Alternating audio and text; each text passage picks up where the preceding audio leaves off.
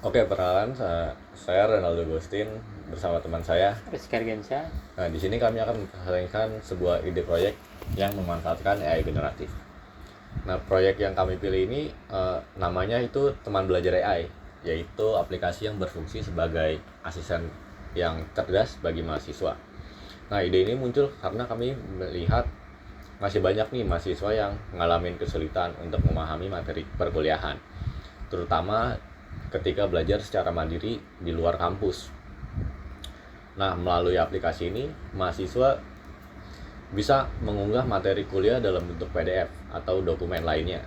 AI ini kemudian akan membantu merangkum isi materi menjadi poin-poin penting saja, menjelaskan konsep yang sulit dengan bahasa yang lebih mudah, sederhana, membuat latihan soal dan beserta pembahasannya, dan membantu menyusun jadwal belajar sesuai kebutuhan pengguna. Nah, menurut kami, teman belajar AI ini dapat menjadi teman belajar yang membantu mahasiswa untuk belajar menjadi lebih efektif dan hanya bergantung dengan materi di internet. Oke, selain memberikan ringkasan materi, teman belajar AI ini juga dapat menyesuaikan pembelajaran dengan kebutuhan setiap pengguna. Sebagai contoh, jika seorang mahasiswa masih kesulitan memahami materi Big Data, AI akan memberikan penjelasan yang lebih sederhana dan membuat latihan soal yang berkaitan dengan topik tersebut. Namun, jika pengguna sudah memahami materinya, AI dapat memberikan soal yang lebih sulit agar kemampuan pengguna terus berkembang. Dengan cara ini, proses belajar menjadi interaktif dan tidak membosankan. Mahasiswa juga bisa belajar kapan aja tanpa harus menunggu jadwal konsultasi dengan dosen atau teman. Walaupun banyak manfaat, proyek ini juga memiliki beberapa tantangan yang perlu diperhatikan. Nah, pertama, tantangannya itu adalah akurasi jawaban dari AI itu sendiri. Nah, walaupun AI mampu memberikan jawaban yang cepat, terkadang informasi yang dihasilkan juga masih kurang tepat atau tidak sesuai dengan materi yang telah dipelajari di kelas. Jika pengguna langsung mempercayai semua jawaban AI tersebut, hal itu bisa menyebabkan kesalahan dalam memahami materi. Nah, untuk ngatasin masalah ini, kami akan menggunakan referensi akademik yang terpercaya seperti buku, jurnal, dan materi resmi dari dosen. Selain itu, si AI juga akan menampilkan sumber referensi agar si pengguna ini dapat memverifikasi jawaban yang telah diberikan. Nah, tantangan yang kedua itu adalah plagiarisme. Karena AI bisa ngebuat ringkasan maupun jawaban pertanyaan, ada kemungkinan mahasiswa hanya menyalin AI tanpa memahami isi materi tersebut.